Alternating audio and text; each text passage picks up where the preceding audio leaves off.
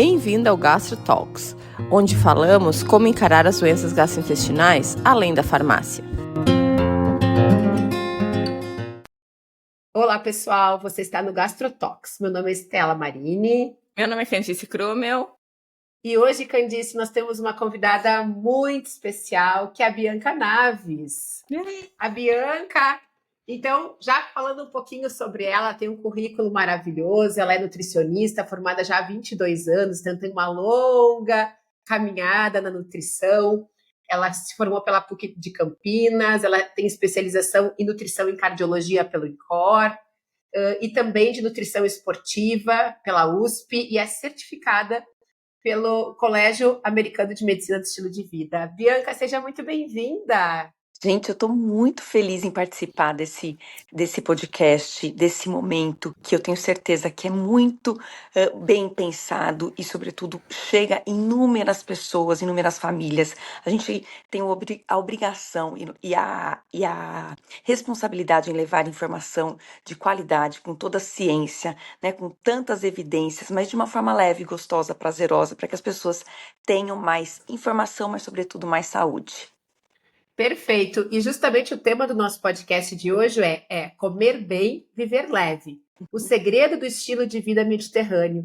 E nós, justamente quando nós pensamos em falar de estilo de vida mediterrâneo, logo veio, né, o teu nome, Bianca, porque nós sabemos o quanto tu gosta desse tema e até recentemente você participou do congresso que lá em Roma, né, de estilo de vida e muito focado no estilo de vida mediterrâneo. Então, eu gostaria que tu compartilhasse com nós essa experiência de estar lá, né? Eu vou contar berço. Foi muito importante essa imersão, né? Mas, na verdade, os meus estudos dentro dessa área, né? Estudando mais do que a dieta, mas o estilo de vida mediterrâneo, começou desde que eu me formei. Quando eu fui para o INCOR fazer minha especialização, depois eu acabei prestando concurso público, trabalhei lá como funcionária pública, né? No Instituto do Coração do Hospital das Clínicas, que é a maior referência em cardiologia na América Latina, mas por que eu sempre estudei isso? Porque eu entendia, né, através da ciência, através de muitos estudos, que pela nutrição a gente conseguia prevenir e tratar as doenças do coração. Então, assim, eu entendia o poder que a gente tinha da nutrição dentro do estilo de vida para curar as pessoas e levar mais saúde para um número maior de pessoas. Então, por isso que minha primeira formação foi em cardiologia, mas justamente por conta dessas evidências. Então, a proximidade com a dieta mediterrânea, com esse estudo, com essa filosofia, já tem muito tempo. E hoje a gente tem muito mais recurso, muito mais estudo. E o ano passado, inclusive, eu tive a oportunidade de estar em Barcelona, no Congresso Internacional de Dieta Mediterrânea, e esse ano no Congresso de Estilo de Vida e Dieta e Saúde em Roma. E foi muito interessante, gente, porque olha só, quando eu recebi as fotos, depois do congresso, quando eu recebi as fotos porque a gente recebe as fotos dos palestrantes, da plateia, eu olhei para as fotos e assim, eu falei, gente, só tem cabelo branco aqui, eu era a única de cabelo original, né, com cabelo escuro. Falei, 80% da plateia já eram pessoas mais idosas, mais velhas. E 80% dos professores também. Eu falei, gente, é exatamente isso que a gente está estudando e vivendo. Eu vendo as pessoas viverem mais, terem uma longevidade com saúde, porque elas adotam o estilo de vida mediterrâneo. Eu tive aula com os maiores pesquisadores da dieta mediterrânea, com o Ramon Strutz, que publicou o PREDIMED, que é o maior estudo de dieta mediterrânea atual. Todo mundo de cabelo branco e vivendo bem, e produzindo, estando em congresso, fazendo pesquisa. Eu falei, gente, essa dieta não está só nos estudos, está aqui na prática, né? Essas pessoas vivem melhor do que a gente. Então a gente precisa aprender e trazer isso para o Brasil. E é isso que a gente vai conversar hoje, como adaptar essa teoria linda, maravilhosa, para a nossa dieta brasileira, para o nosso estilo de vida brasileiro. É lógico que nós temos limitações culturais até, mas a gente pode sim incorporar muitas das recomendações da dieta mediterrânea. Mas sabe uma coisa nessa história que tu contou, Bianca, que também eu acho que a gente começa a se preocupar mais com a saúde, essa coisa de prevenção, quando a gente vai ficando mais velho também, né? Com 20 anos, a gente não se preocupa com isso. Mas, ao mesmo tempo, o que eu tô vendo hoje em dia, porque a nossa geração não é a mesma geração do pessoal que tem 20 anos agora. Agora o pessoal que tem 20 anos parece que eles se dividem. Tem uma galera que já está muito preocupada com prevenção, que já está buscando saúde com 18 anos, já está lá vendo o que come na academia, fazendo meditação e blá, e se preocupando com o estilo de vida. E uma galera que não se preocupa absolutamente nada. Eu acho que a nossa geração não se preocupava tanto, entendeu? A gente começou a se preocupar mais depois dos 30 e poucos anos, e no nosso caso, talvez de nós três, quando a gente começou a estudar sobre saúde, né? Mas hoje em dia eu vejo pessoas que vão lá no consultório com 20 e poucos anos já muito preocupadas com isso, assim, muito pensando nisso. Mas outros assim, né? Tipo, esse eu vou me preocupar quando eu tiver uma doença. Aí já passou o ponto, né? Mas existe realmente uma tendência atual, tá? Desses jovens beberem menos, fazerem mais esporte, procurarem uma alimentação mais clean label, né? Até diminuírem bastante o consumo de carnes vermelhas. A gente tem uma crescente população de jovens sendo vegetarianos, né? Se tornando vegetarianos, veganos, né? Que é muito positivo. Porém, tudo a gente também tem que adaptar, porque não dá para ser o extremismo, né? Assim, a gente sabe que algumas condutas mais radicais acabam levando a limitações nutricionais também, mas eu acho que existe, né, essa atenção positiva de um grupo aí dessa geração mais nova, né, com esses cuidados aí, que estão abertos a consumirem conteúdos de saúde também. Exatamente, isso é algo que nós conversamos muito na Bianca, o quanto integrar, né? Talvez a palavra certa nem seja equilibrar, seja integrar. Né? O que é realmente saudável para o nosso dia a dia.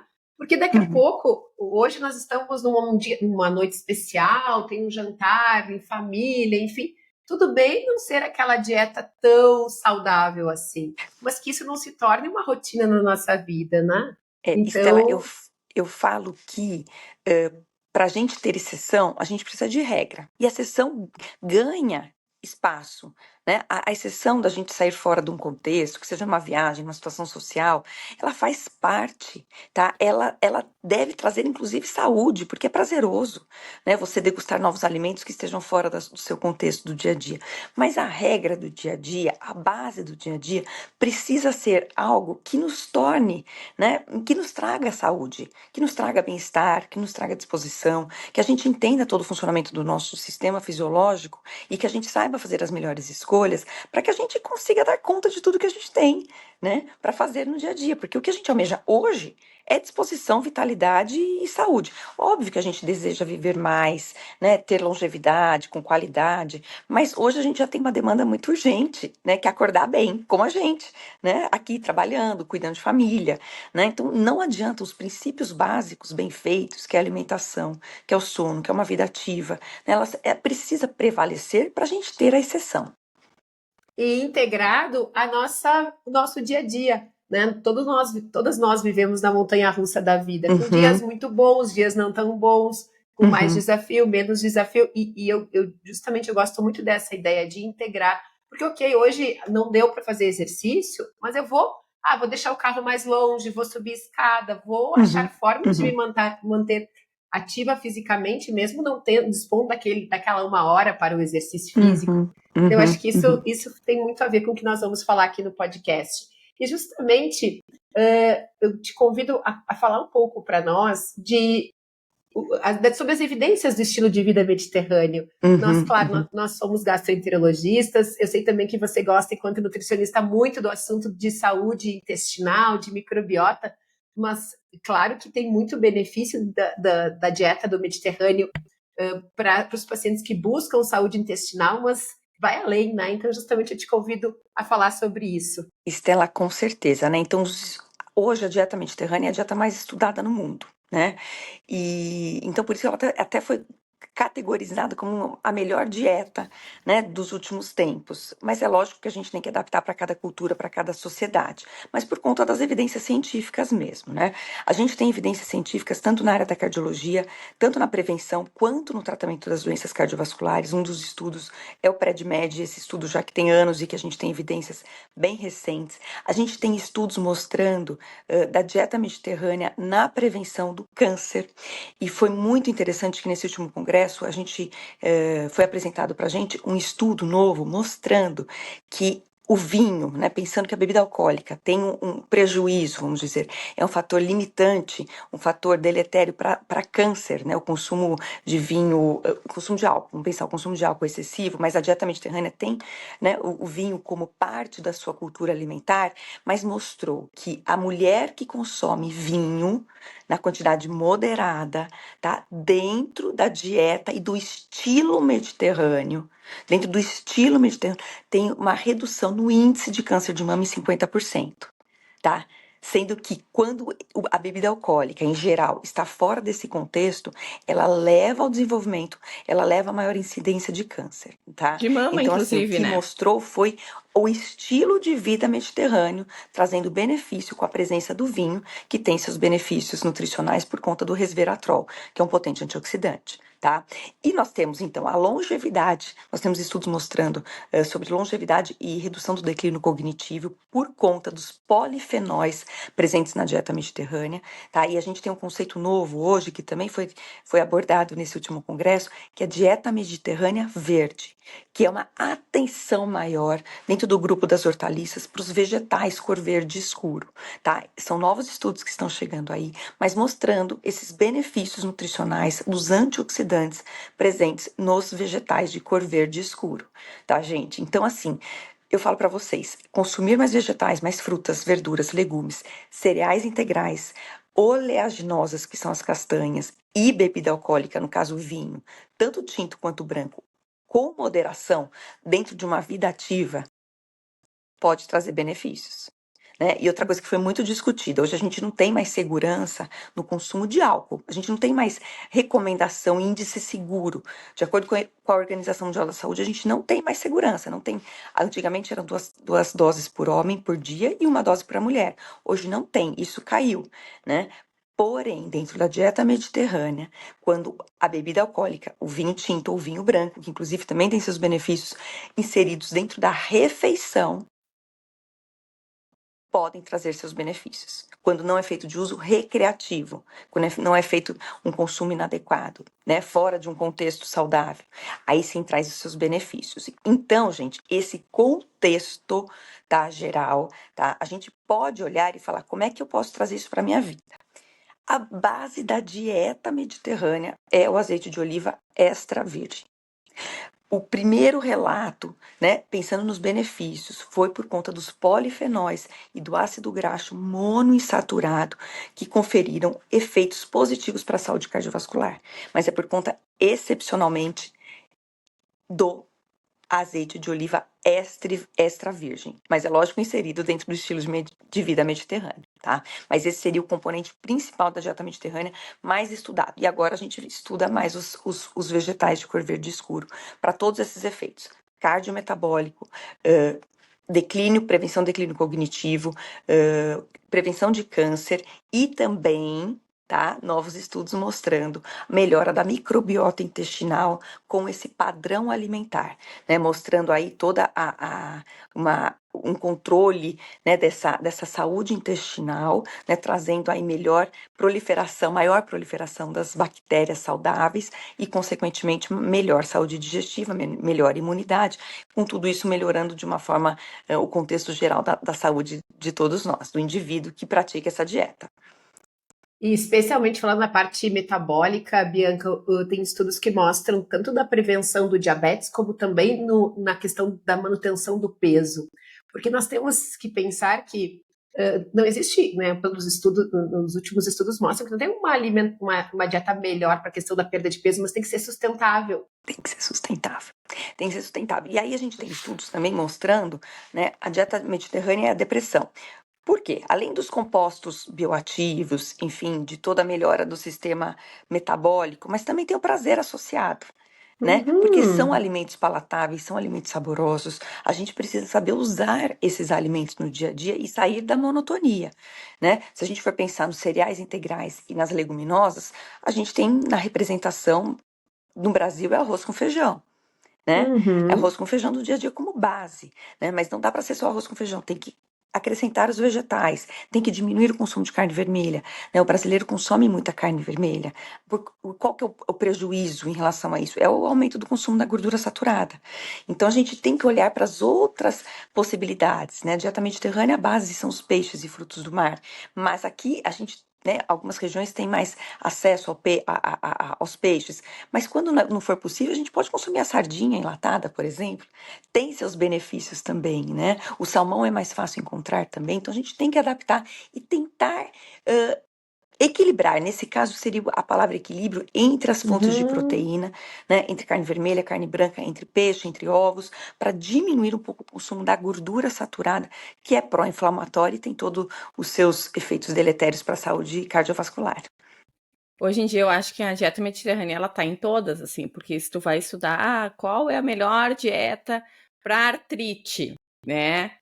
Daí tu vai lá ler os estudos, no final da conclusão diz assim, olha, no nosso estudo a dieta mediterrânea foi a que mostrou melhores resultados. Qual a melhor dieta para demência? Qual a melhor dieta para prevenção de câncer? Parece que tá em todas, assim. A gente não consegue fugir muito da dieta mediterrânea, né? Assim, isso, e até a questão da microbiota, né? Que eu e Estela, a gente já deu uma estudada. Qual a melhor dieta para diversidade da microbiota? É a dieta mediterrânea. Porque ela foi considerada a dieta planetária. Ela foi considerada pela Organização Mundial da Saúde a dieta planetária. Mas principalmente, gente, pela presença do azeite de oliva, né, extra virgem. Os estudos são com azeite de oliva extra virgem por conta da concentração maior de polifenóis. A gordura monoinsaturada é igual, mas polifenóis é maior. A quantidade de fibras, tá? Quantidade de fibras e os compostos bioativos. E também a redução da gordura saturada. Né? No caso, a redução da carne vermelha por conta disso também, né? E o aumento das gorduras monoinsaturadas, na forma tanto dos peixes, do azeite e também das castanhas. Deixa eu fazer uma pergunta para vocês. Vocês consideram a dieta mediterrânea plant-based? Não. Isso que eu ia te perguntar. Não. É que assim, a plant-based, o termo original dela provém da dieta baseada apenas nos vegetais, cereais, né? E com a restrição total de produtos de origem animal. Seria o nosso vegano. Seria o nosso vegano. Só que é uma filosofia diferente. O vegano, o vegetariano, tem por si a restrição de produtos de origem animal. A plant-based é o contrário. Não é que é contra produto animal, mas ela prioriza e a base dela é uma filosofia. São os vegetais. Mas ela não consome os produtos de origem animal. Tá. Parece igual, mas a filosofia por trás é diferente. Não, eu entendi. Mas para tu ver, a gente traduziu errado aqui no Brasil, porque quando aqui no Brasil a gente fala em plant-based, a gente fala assim, uma dieta, tipo assim, 95% é vegetal, mas que tu ainda poderia consumir produtos de origem animal. Mas então talvez é uma tradução errônea nossa, sabe? Quem disse é que a gente adaptou. A gente adaptou isso. A gente adaptou pro que é melhor, sendo bem sincera. A gente adaptou pro que é melhor, tá? Porque a gente precisa de produtos de origem animal. Pensando em proteína, em aporte proteico, pensando em cálcio. A gente precisa, pensando em vitaminas do complexo B. A gente precisa. Mas a plant-based original, que inclusive o Colégio Americano de Medicina do Estilo de Vida, né, propõe, é a dieta com restrição total de produtos de origem animal. Carnes, leites, derivados, ovos, né, a base só vegetal. O que muda o vegetariano e o vegano é que eles têm o apelo contra os produtos de origem animal por filosofias diferentes, enfim, por questões, né, culturais e inertes que fazem parte inerentes a essa prática, né? Mas quando a gente olha, pode ser parecido, né? Mas a gente sabe que muitos vegetarianos diminuem ou tiram totalmente o consumo de produtos de origem animal, mas não comem de forma saudável. Sim! Né? Não comem de forma saudável. Exato. A plant-based não. A plant-based não coloca como os vegetais como centro da dieta, né? Agora, eu, Bianca, né, estudo, né, entendo que a gente precisa adaptar, né? tanto a plant-based quanto a mediterrânea para a nossa cultura alimentar brasileira, e que os produtos de origem animal são importantes. É lógico que a gente tem que respeitar as filosofias, né, as culturas, as preferências de cada um. Quando não estão presentes, a gente precisa fazer suplementação, a gente sabe disso. Né? Como é que a gente vai conseguir a quantidade de cálcio, de proteína, de vitaminas do complexo B? É muito importante essa análise, por isso, né, que eu sempre estou colada em vocês, nos médicos. A gente sempre trabalha juntos, né, em parceria aí para ter toda essa conduta mais adequada possível, mais individualizada, personalizada, mas a gente precisa sanar essas deficiências, né? E respeitar, logicamente, a história clínica, né, o perfil de cada um, a história, a vida de cada um, a rotina e as preferências, né? Perfeito. Então, Bianca, justamente eu te convido, você já deu umas pinceladas de como que nós adaptamos para a nossa realidade, né, de brasileiros, porque ao mesmo tempo que nós temos uma certa dificuldade, por exemplo, de ter lá, por exemplo, o salmão do Mediterrâneo, que não é o salmão da Atlântica, é o salmão do Mediterrâneo, né? Mas, por outro lado, nós temos uma diversidade de frutas, de crucíferos, né, que é Muito. maravilhosa também. Eu vejo Uhum. que acho que é um ponto muito positivo em relação até mesmo ao Mediterrâneo, que nós temos essa diversidade de cores da nossa culinária, né? Com Que é certeza, Estela, incrível. com Então, certeza. traz para nós. Vamos pensar no café da manhã, tá? Perfeito. A base da dieta mediterrânea no café da manhã seriam cereais integrais. Aqui a gente tem muito acesso à aveia, tá? Lá eles têm outros cereais, enfim. Mas aqui a aveia, a gente também tem as granolas. Mas assim, a aveia, gente, se a gente pensar, é um alimento tão simples, tão acessível, tão fácil de você usar no dia a dia, né? Basta usar a criatividade. Mas seria fantástico a gente ter, por exemplo, uma porção de aveia, iogurte, né? Os iogurtes, por exemplo, o iogurte grego veio da dieta mediterrânea, né? Que é um iogurte mais concentrado, onde você tem mais proteína, você tem mais cálcio, né? E colocar um iogurte no dia a dia e uma fruta, por exemplo. O café da manhã estaria perfeito. No Brasil, a gente tem a cultura do café com leite e pão na chapa, né? Não é que é ruim, mas ainda faltam nutrientes. Quando a gente olha para esse outro padrão, faltam nutrientes. Eu falo para os meus pacientes, começa a introduzir uma porção pequena de fruta com aveia e um pouquinho de iogurte. Ao invés de comer um pão inteiro, come meio pão francês, por exemplo, né? Ou come uma fatia de pão de forma, né? Então, assim, a gente vai fazendo essa transição nutricional, porque a gente sabe que são hábitos. Agora, se você conseguir incluir, né, ao invés de excluir, fica mais fácil para a mudança de hábito, né? Porque as pessoas mudam muito mais pelo positivo do que pelo negativo, isso a longo prazo. Elas podem mudar rapidamente, né, assim, urgentemente, por conta de algum efeito, alguma necessidade, uma doença gastrointestinal, uma doença cardiovascular. Mas pensando a longo prazo, a manutenção, é melhor você fazer a inclusão de mini hábitos no dia a dia do que a exclusão e a inclusão de um novo padrão alimentar. Então, coloca porção pequena de fruta com iogurte e aveia no café da manhã. Perfeito, a gente já está seguindo aí algo mais nutritivo, né? Incluindo nutrientes e algo parecido com a dieta mediterrânea. Nos intervalos, o que eles consomem? São frutas e nuts. Frutas e nuts e às vezes o iogurte também, né? Eles têm menos farináceos, né? Eles consomem menos farináceos. E o almoço e o jantar, gente, é engraçado, porque no Brasil a gente tem 4 panelas, pelo menos, no fogão, né? Na hora do almoço. A gente tem pelo menos do arroz, do feijão, né, da carne, de um legume refogado. Lá eles usam uma panela para fazer tudo, tá? Então vamos fazer um arroz com vegetais, né, os arroz caldosos, né, que é diferente do risoto, porque o risoto vai mais manteiga, né? O arroz é o cozido de arroz, a carne cozida, o peixe cozido com vegetais, ou então o peixe assado com vegetais.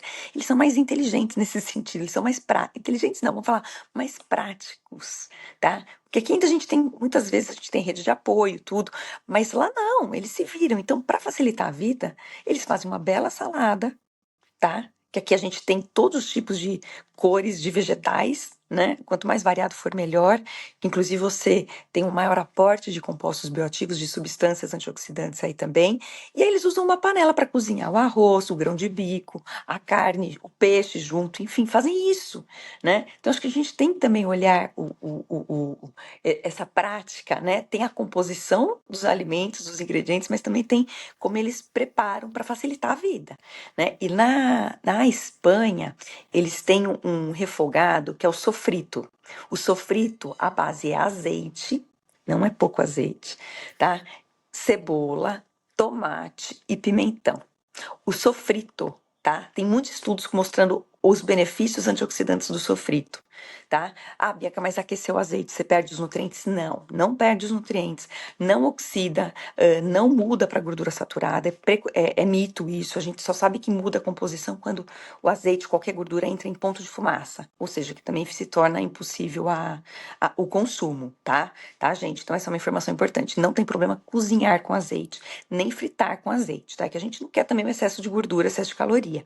Mas o sofrito em si, que é esse refogadão com tomate, cebola, alho e pimentão de todos os tipos, traz já um valor nutricional para aquela preparação, para aquele cozido muito grande, por conta desses componentes antioxidantes, desses compostos bioativos. Então tem muito estudo mostrando na Espanha os benefícios desse preparo do sofrito como base do preparo das outras refeições, das outras preparações. Deixa eu te perguntar essa coisa de esquentar o azeite, porque na verdade, assim, eu achava que eu fazia errado, mas que eu seguia meu coração. Porque às vezes quando eu vou fazer, tipo assim, ovo frito pra mim, tá? Ou eu vou refogar algum legume ali que o meu filho quer, o brócolis, coisa e tal. Eu botava azeite de oliva, entendeu? Faça isso. Porque eu pensava assim, isso aqui não tá esquentando tanto assim, sabe? Eu só dando uma esquentadinha Não aqui, tem problema, sabe? Candice. E eu botava azeite de oliva e eu vi que não podia esquentar e eu pensava assim, droga, eu vou usar azeite de oliva mesmo porque eu gosto do gosto e era isso, né? E agora tu falou isso, agora eu tô bem faceira. Candice, pode usar o azeite, tá? Para preparar o arroz, o feijão, lógico, pode usar os outros óleos também, mas pensando em agregar valor nutricional, tá? O azeite é mais do que bem-vindo, inclusive nas preparações quentes. Gostei. E aí faria sentido usar também o extra virgem, sempre o extra virgem, mesmo quando tu vai usar para Com cozinhar, certeza. por exemplo? Sim? Com certeza. Estela. E isso acho que é uma coisa muito importante, né, Bianca? Nós estamos aqui, como eu disse, hoje num universo de muita informação na internet. E durante muito tempo se viu na internet essa sugestão de usar o óleo de coco. E aí, quando eu fui justamente estudar sobre o óleo de coco, né, quando eu fiz a minha formação em estilo de vida, e quanto ele é uma gordura vegetal rico em gordura saturada, justamente eu digo, gente, olha só, tem um universo de pessoas hoje investindo em óleo de coco, achando que está comendo mais saudável, quando na verdade não. E é tão caro. O óleo de coco é tão caro. A gente fala, o azeite tá caro, mas a gente vai usar em doses, né, doses adequadas, né, porque o brasileiro, ele gasta menos energia, né, do que os europeus, vamos dizer. A gente usa mais carro, né, tem um outro estilo de vida, então a gente precisa gerenciar o consumo calórico, né. Então, assim, o ideal é cozinhar com azeite de oliva extra virgem, né, temperar os vegetais com azeite de oliva, né, não que os outros óleos estejam proibidos, gente, não é isso. Mas a gente tem os benefícios adicionais do azeite quando a gente insere dentro desse contexto mediterrâneo. Não, e tem alguns óleos que fazem mal, né? Agora, eu definitivamente, o óleo de coco como consumo regular, né, como substituto de outros alimentos, eu não sou a favor. Eu acho que às vezes o óleo de coco entra em algumas receitas, assim, quando tu quer a receita tailandesa, coisa e tal, que tu quer aquele gosto do coco junto, né? Mas quando faz parte daquela preparação Exatamente. como um ingrediente especial ali, né? Não como rotina, como prescrição para mais saúde. Isso. Bianca, você estava falando justamente desse refogado espanhol e eu fiquei pensando, é algo que eu comecei há pouco tempo a colocar no meu dia a dia, que é justamente fazer, por exemplo, tomate confite ou a caponata para colocar no pão, como substituto daquelas misturas que muitas vezes nós brasileiros usamos, né? Tipo requeijão, enfim, que a gente sabe que não é tão saudável assim. Fiquei pensando que esse refogado que você falou, talvez também não seja só para o almoço, tu possa usar, né? Pode Lá ser no um café da antepasto. manhã. Pode Exatamente. ser um antepasto. Com certeza, Estela.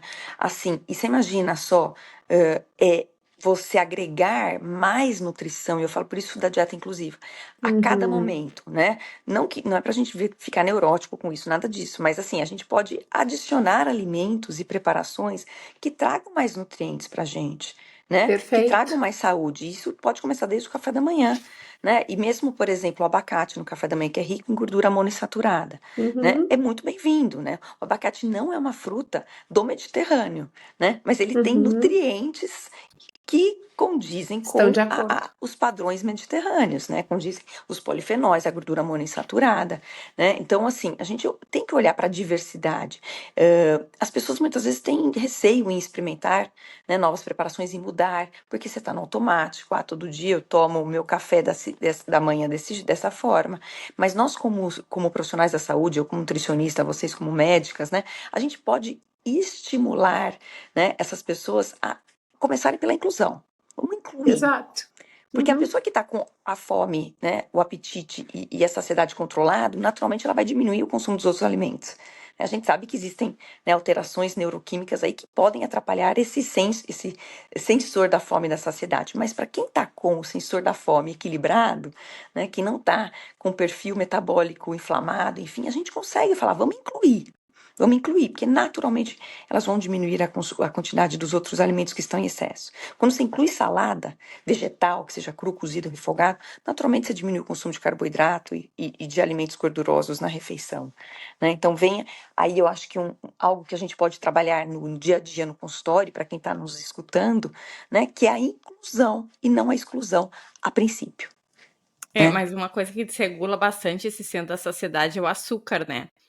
E eu acho que isso é uma coisa que, tipo assim, não excluir totalmente, mas a gente tem que orientar que no dia a dia a gente tem que tentar diminuir o máximo o açúcar, porque ele desregula esse nosso centro da saciedade, né? Com certeza. E Candice, assim, a gente tem que olhar para o açúcar que está inserido muitas vezes na granola, Uhum. né? Assim, são na barrinha, né? Uhum. Porque às vezes não é só o açúcar de adição que adiciona no suco, no café, é o açúcar que está escondido ali também, né? E é lógico, gente, não é o açúcar o vilão, mas é o excesso, né, de açúcar o vilão.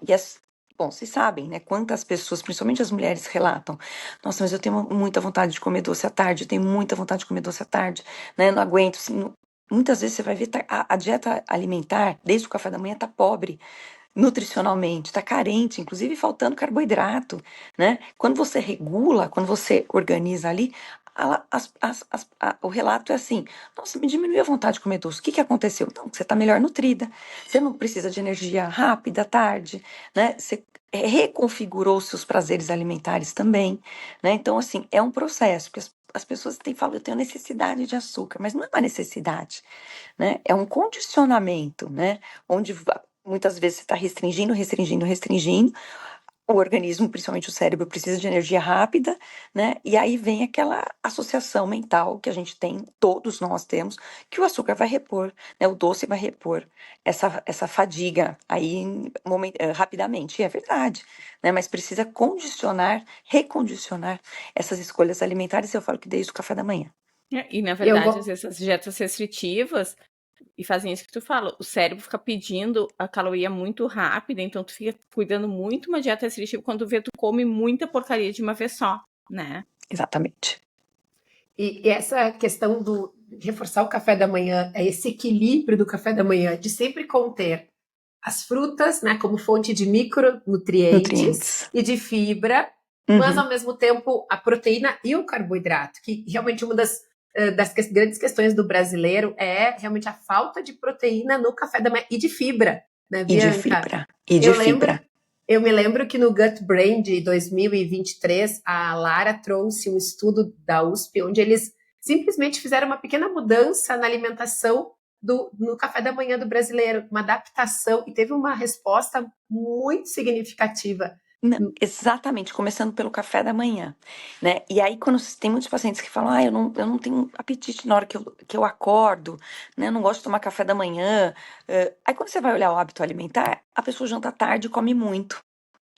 Ela não tem apetite no café da manhã porque ela jantou tarde, comeu muito, né, antes, e não teve tempo mesmo de ter o apetite, né? Então, é uma organização total das 24 horas diárias, né? E o café da Perfeito. manhã, gente, podemos ter estudos sobre o jejum, mas é para situações muito específicas, é para metabolismos muito específicos, né? Mas o café da manhã é necessário para a maioria dos seres humanos. É Mas, necessário. Bianca, me corrija se eu estiver errada, mas assim, as coisas que eu já li falam que no estilo de vida mediterrâneo, a janta é cedo, né? Total. No estilo de vida Candice, a mediterrâneo, existe janta um mini é, jejum ali de 12 horas é entre a janta e o café da café da manhã, manhã. porque a janta é cedo no estilo de Isso, vida exatamente, mediterrâneo, às né? 7 horas da noite. E essa é uma recomendação, vocês como gastros, né? Assim, gente, é uma recomendação que ajuda tanto no sistema digestivo, quanto na qualidade do sono, né? Quanto no gerenciamento do peso. Eu acho que também o jantar cedo, o jejum de 12 horas natural, que não é um jejum forçado, é um jejum natural. Você jantou às 7 da noite, vai tomar café da manhã às 7 horas da manhã, é natural. Né? É um jejum natural, não um jejum proposital. Traz inúmeros benefícios para a saúde digestiva, para o sono e para o gerenciamento do peso. Não, e se vocês lembram, tu passou por essa fase, tá, Bianca? Quando a gente estava na faculdade, a gente dava dieta para os pacientes de que tinha que fazer um lanchinho antes de dormir, né? Mas gente, no hospital a gente tem, né? Aham. No hospital a gente tem o lanche, a ceia, né? Mas o que acontece? Por que entrou isso tão vigente? Porque as pessoas estão indo dormir mais tarde. Uhum. Elas procrastinam o sono, né? E aí vem a fome, vem a necessidade do lanche, né? Então, assim, 7 horas, vamos tentar dormir 9, 10 horas no máximo, né? E ficar bem nutrido e pronto, né? Pode entrar um chá, pode entrar, né, uma infusão, alguma coisa, até mesmo um iogurte, algo leve assim, pode ser também, pode entrar também, né? Eu percebo no consultório que a grande questão da alimentação como um todo, né? Claro que não sou nutricionista, não tenho a formação de nutrição, mas claro que faz parte da anamnese do gastro entender como é que é a rotina alimentar do paciente. E eu percebo muito isso, essa deficiência nutricional do café da manhã e, ao mesmo tempo, a falta do lanche da tarde. E aí a pessoa chega em casa com muita fome. É isso mesmo. E aí, justamente, tu nos trouxestes assim, que no estilo de vida mediterrâneo, o que eles costumam nos lanches é justamente trazer a fruta e as oleaginosas, porque às vezes até o Exatamente. paciente come uma fruta de tarde, mas nutricionalmente é pobre, né? Porque vai dar aquele pico de, por mais que tenha Isso. Mas, Estela, fibra. não, olha só que inteligência, né? Natural, que é associar a fruta seca, às vezes, ou a fruta in natura, com as oleaginosas. Porque as oleaginosas são fontes em gorduras boas e fibras e proteína. Então, você equilibra o índice glicêmico da fruta, né? Então, assim, é algo muito simples, muito viável, né? Eu falo que não suja, você não precisa desembalar, é muito simples. Você pode deixar na bolsa, na mochila, onde for, né? Que elas vão estar ali, principalmente as frutas secas, né? A fruta in natura, logicamente, ela é mais perecível. Mas, assim, é algo muito simples pra gente ter, pra não ter esse pico de glicemia, tá? Entram as oleaginosas e pra não ter o pico de fome no final da tarde, tá? Perfeito. Se entrar um iogurte, então, seria excelente, porque aí você tem mais fonte de cálcio e mais fonte de proteína aí também, né? Seria Excelente. perfeito. A fruta seca eu acabo nunca recomendando, porque como nossos pacientes são gastro, a fruta seca, ela é high FODMAP, né? Então ela tem muita frutose e É, acaba piorando muitas vezes os sintomas gastrointestinais. Então eu sempre prefiro dar a não. fruta in natura, que não dá tantos sintomas assim. Não, isso é verdade. Então vai de fruta in natura mesmo. Ótimo, que a gente tem uma variedade muito grande, muito, muito, muito, muito grande aqui, né? E Muito aí, grande. falando um pouquinho das oleaginosas, né, já que a gente está falando de como adaptar, e você nos trouxe que realmente faz parte do estilo de vida mediterrâneo, as oleaginosas, eu percebo que tem uma certa confusão, né? Tá, mas afinal, amendoim é oleaginosa ou não? Né? Então, eu gostaria que tu respondesse para nós, aqui é uma dúvida dos pacientes, tá, doutora? Então, eu posso comer amendoim no lanche da tarde junto com as castanhas, com as nozes e as amêndoas ou não? Com certeza, amendoim é uma oleaginosa, é que o amendoim é brasileiro, né? Ele não está presente no Mediterrâneo. O que está presente no Mediterrâneo são as nozes, as amêndoas, né? Avelãs, né? Mas, por exemplo, castanha do Pará, castanha de caju e amendoim, gente, é típico brasileiro e deve fazer parte, sim, dessa cultura alimentar adaptada, né? Do Mediterrâneo pro Brasil. Eu acho que a única coisa que a gente tem que cuidar é que não é liberado, né, gente? Porque todas as oleaginosas, elas são bem calóricas, tanto que elas dão uma saciedade enorme. Então, assim, não é tu sentar com meio saquinho e comer até ficar saciado, né? É um punhado ali que é para comer, não é muito mais do que isso, né? Isso tem que cuidar também, porque elas são bem calóricas, as oleaginosas, né? É exatamente isso, gente. Vamos considerar que a gente precisa gerenciar calorias, né? O Também. azeite é calórico, as castanhas são calóricas porque são fontes de Perfeito. gordura, né? A gente precisa, né, pensar em porções pequenas, adequadas, inseridas dentro de um contexto saudável e normocalórico. Para quem não precisa emagrecer, a gente precisa consumir a mesma quantidade de caloria que a gente gasta para manter o peso. Para quem precisa emagrecer, você tem que consumir menos caloria e gastar mais. Então, esse ajuste é muito individual, mas totalmente importante aí pensando em saúde. Maravilha. Bianca, nós já falamos sobre o café da manhã, talvez um pequeno lanche no meio da manhã, dependendo principalmente do horário que a pessoa toma o café da manhã, né? Porque se a pessoa toma o café da manhã às 8 da manhã, já não faz muito sentido e vai almoçar às 11h30, talvez não precise. Então, acho que e essa questão do lanche da manhã, ele deve também ser adaptado à realidade. Falamos sobre o almoço, essa combinação de micronutrientes, de legumes, das crucíferas, do carboidrato, sempre, né, que possível integral, trazendo a proteína de origem vegetal, os nossos feijões, lentilha, grão de bico, para o almoço, assim como também pode ter a carne, né, como nós falamos, nesse devido equilíbrio, né? E aí nós falamos sobre o lanche da tarde, e aí nós não falamos tanto sobre o jantar, que eu vejo que também é uma outra dúvida aqui do brasileiro, e eu vejo muito assim os pacientes no consultório, como é que é o seu jantar? Ai, meu jantar, doutor, é leve, eu tomo café de noite. Então, eu percebo muito, para grande parte das pessoas, essa ideia de eu tomo um café de noite, aquele café com pão. As pessoas acham que isso é mais leve do que comer outros tipos de comida. Gostaria Porque que tu falasse para nós, né, um pouquinho sobre como tornar esse jantar saudável, saboroso e nutritivo. é engraçado mesmo, né? Porque as pessoas falam assim, eu não como comida no jantar, mas eu como um sanduíche. E sanduíche é comida, né? Assim, e quando há uma substituição, não tem problema algum. O problema é a falta de alimentos essenciais, né? Quando a gente olha o pão com café com leite à noite, ele tá pobre em nutrientes, tá pobre em proteína, tá pobre em fibras, em micronutrientes. Então a gente pode adaptar esse jantar, né? Por exemplo, para quem quiser repetir o almoço, não tem problema algum. Eu só sugiro sempre diminuir a quantidade. Não precisa tirar o carboidrato se a pessoa não tiver nenhuma condição, né, que requeira essa restrição, mas não precisa tirar, mas diminua a quantidade. E, sobretudo, à noite, as pessoas falam assim: eu não quero comer salada à noite. Então, prepara um caldo, um cozido, inclui os vegetais, por exemplo, dentro do arroz, dentro de um cozido de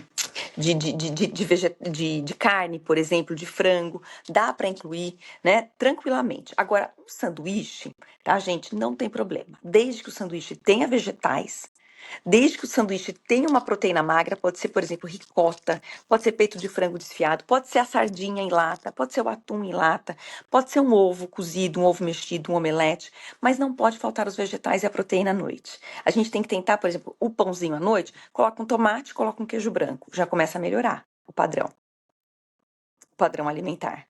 Começa a melhorar, né? Trazer cor, né, Bianca? Trazer cor, gente. Isso é fundamental, né, para a gente ter mais riqueza nutricional e ter mais nutrientes. E só considerando também o almoço do brasileiro, tá? A gente pode manter o arroz com feijão, deve manter o arroz com feijão, né? De preferência variar as carnes, um dia frango, outro dia peixe, outro dia carne vermelha, outro dia ovo, né? E ter sempre vegetais, pelo menos 3 variedades de vegetais. Um cor verde escuro, um laranja e um amarelo, por exemplo, né? Pode ser alface, tomate e cenoura, por exemplo, né? A gente tem que usar a variedade de hortifruti, né? Usar essa possibilidade que a gente tem, né, de variar nossos vegetais no dia a dia e sair da mesmice, porque o brasileiro fala, eu como alface tomate todo dia. Gente, a gente tem muitas outras opções, né? Inclusive Perfeito. as crucíferas, né? Que podem ser o brócolis, couve-flor, couve de Bruxelas, né? Que é um pouco mais difícil encontrar, mas enfim, a gente tem essas opções. O repolho é super fácil, né? A gente pode usar no dia a dia, isso para variar, né? E deixar a dieta menos monótona.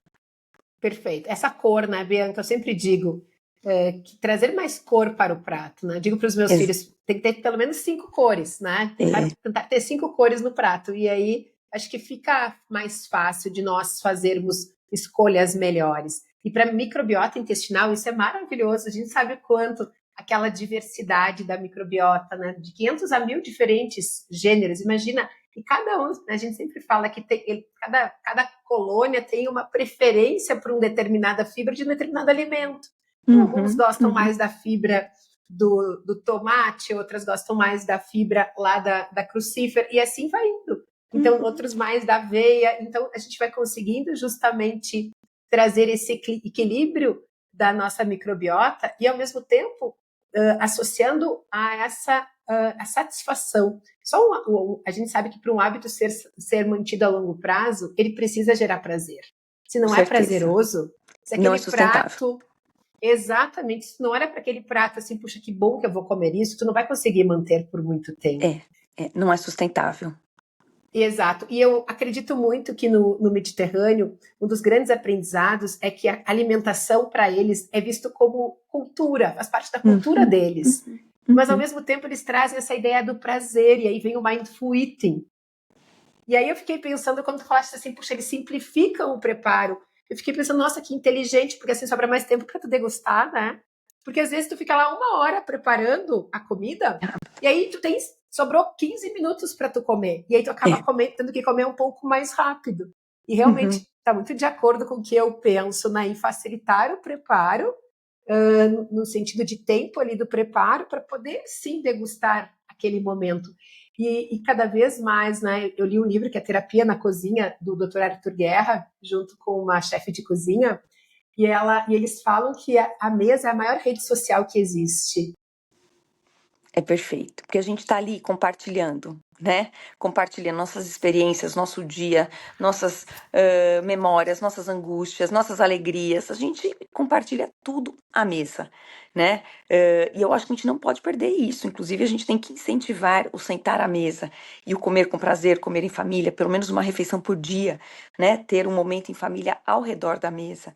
Mas é muito importante a consciência. Eu acho que as pessoas perderam a consciência, né, desse cuidado básico, que é servir a comida, que é preparar a comida, né, que é organizar a rotina alimentar de casa, individual, da família, tá? Para que realmente, né, haja prazer, haja praticidade, haja nutrição e haja esses momentos, né, que são necessários para a saúde como um todo.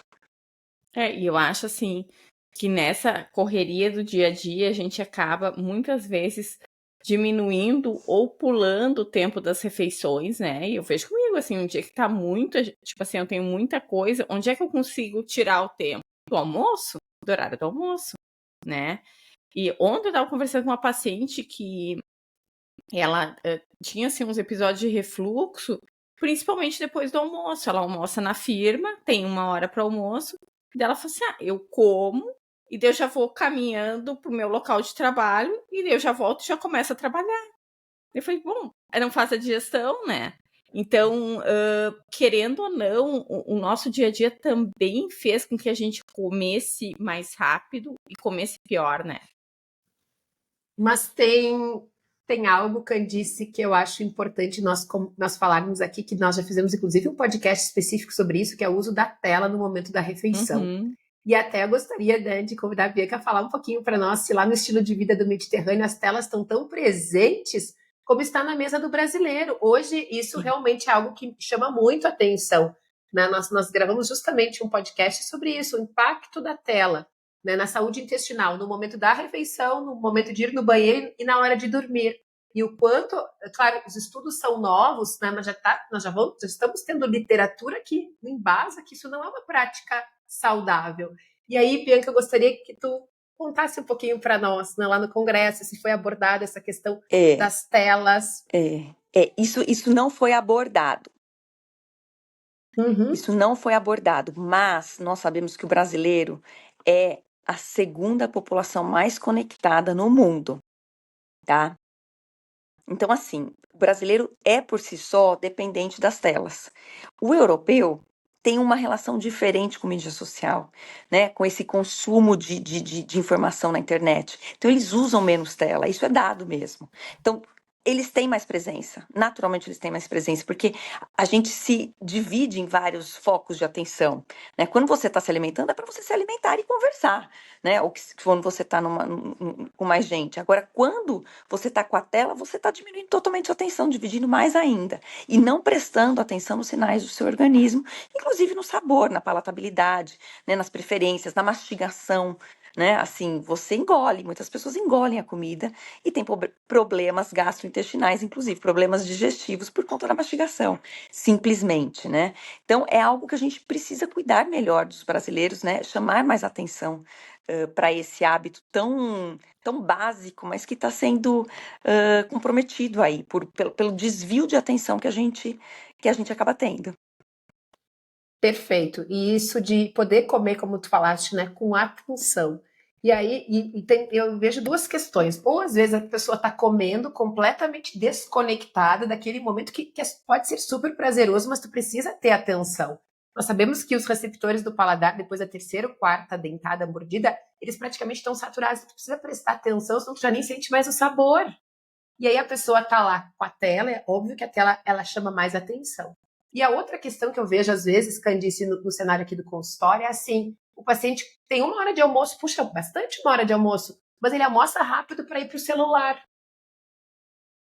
E aí coloca no sistema luta e fuga, porque te dá a falsa impressão que você está relaxando, mas é óbvio que com aquele excesso de informação e toda hora mudando, né? Muitas vezes conteúdos muito rápidos. E aí tu acaba ativando justamente o teu luta e fuga. E aí, ao invés de te ajudar a relaxar, é muito pelo contrário. Então, eu penso muito, como vocês falaram, né? De, puxa, vamos tentar, depois da refeição, quem sabe uma caminhada leve? A gente sabe que sim, que ela né, traz benefício. Eu acho que isso está muito de acordo com o Mediterrâneo, né, Bianca? Comer devagar, com calma, tranquilo. Depois sai do restaurante, dá uma caminhadinha até, né, o trabalho, um parque. É exatamente isso, né? Existe uma condição onde as pessoas precisam caminhar mais, né, lá, de alguma forma. E isso é positivo, porque elas têm menos tempo para ficar no celular, né? Você tem que se locomover a pé, ou que seja pegar o transporte público, que funciona melhor do que o nosso, muitas vezes, né? Por isso que as pessoas têm menos carros lá, inclusive, porque o transporte público funciona. E então, assim, aí a gente precisa, né, nos unir, né, para que a gente consiga educar a população brasileira, né? E a gente pode usar as redes sociais, podcast, né, para que a gente leve essa atenção e esse cuidado, né, e essa informação para um número maior de pessoas, porque no consultório a gente está ali tete a tete com 1 a 1, né? Que eu falo que cada um que senta na nossa frente já também é um comunicador para sua família. Ele vai falar: "Ah, doutora Estela, a doutora Candice me falou isso, preciso fazer uma caminhada." As pessoas já são influenciadores, né, do ambiente que elas vivem. Então a gente vai contagiando cada um, né, nesse sentido. Mas é um trabalho, né, longo que a gente tem aí de educação mesmo e comportamento, né, dentro de comportamento alimentar, comportamento de um estilo de vida. E muitas vezes parte da consciência mesmo. Eu, por exemplo, o meu consultório fica no 12º andar. Enquanto eu não tinha a clareza do benefício de subir escadas, eu usava o elevador. E aí eu comecei a adaptar o tipo de sapato que eu uso no meu dia a dia, adaptei a minha bolsa, tirei a bolsa e comecei a usar a mochila, né? Daí tento evitar peso. E eu comecei a usar a escada como meu principal forma hoje de acessar meu consultório é subir escada. Então, assim, eu não consigo fazer aquela quantidade de aeróbico todos os dias, mas eu subir os 14 andares que dá no total para mim, começou a fazer parte da minha vida. E hoje, para mim, o meu natural é ir para a escada. Só que no início foi difícil, porque o meu cérebro sempre dizia: esse sapato não tá tão bom. Essa bolsa, sabe? Sempre achava uma desculpa, tu tá meio atrasada. Mas eu percebi que o tempo, às vezes tu fica esperando o elevador, é ao mesmo tempo que tu usaria praticamente na escada. Então, essa questão do hábito. Exatamente isso. Mas você não vai mudar de um dia para a noite, né? E o paciente, Não. ninguém vai. Você vai adaptando. Nossa, eu subi hoje de escada 6 andares só e foi ruim por conta do sapato. Amanhã você muda o sapato. A bolsa está incomodando. Amanhã você muda a bolsa. Então, é uma constância, né? É uma constância em movimento, né? Para que você realmente incorpore um novo hábito. Que as pessoas falam assim, eu vou parar de tomar café com açúcar. Começa diminuindo. Perfeito. Né? Começa adaptando o paladar, né? Eu preciso comer mais vegetais. Começa incluindo 1, começa incluindo 2, né? É começar aos poucos, porque ou é tudo é nada, não funciona, né? O 880. A gente tem que ir aos poucos. O hábito se constrói dessa forma, né? Perfeito. Bianca, e aí eu gostaria de trazer para ti alguns questionamentos, alguns mitos e verdades sobre a dieta do Mediterrâneo, né? Nós estamos aqui próximo do fim do nosso podcast. E a primeira é uma dieta muito cara? Bom, peixe e azeite estão caros. Vamos falar que nesse momento peixe e azeite estão caros. Oleaginosas são caras, porém o amendoim e a castanha do Pará, que é brasileira, tem um valor mais acessível.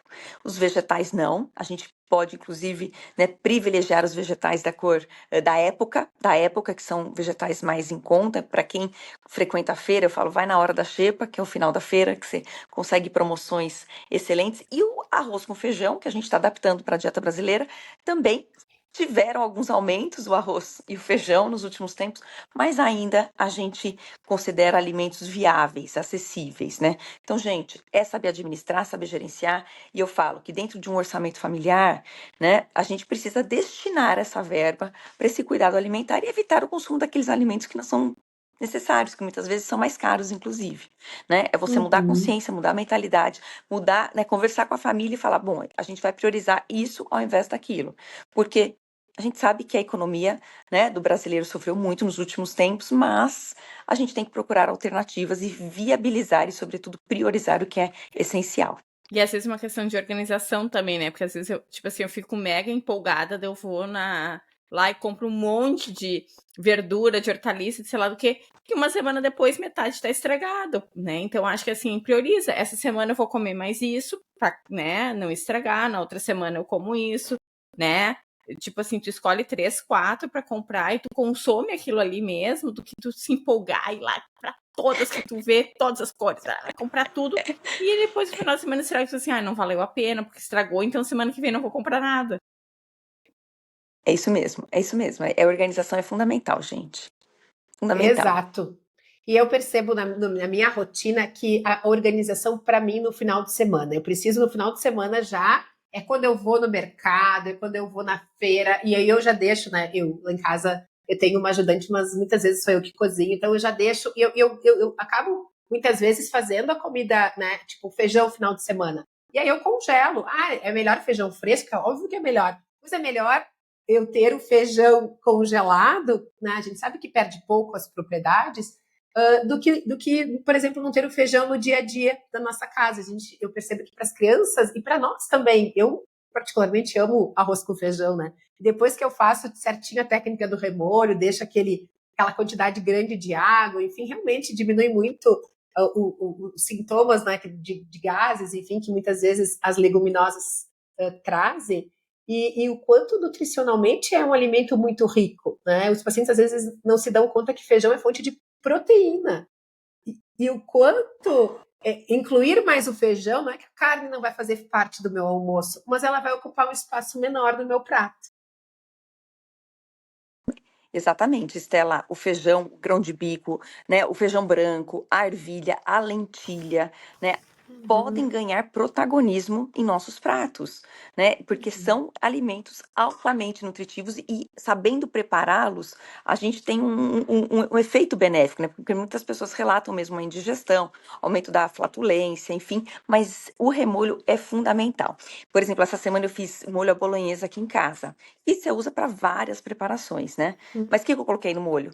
Abóbora ralada e cenoura picadinha. Tá? Eu já incrementei, já coloquei 2 vegetais dentro do molho, que pode acompanhar um macarrão, pode acompanhar qualquer outra coisa.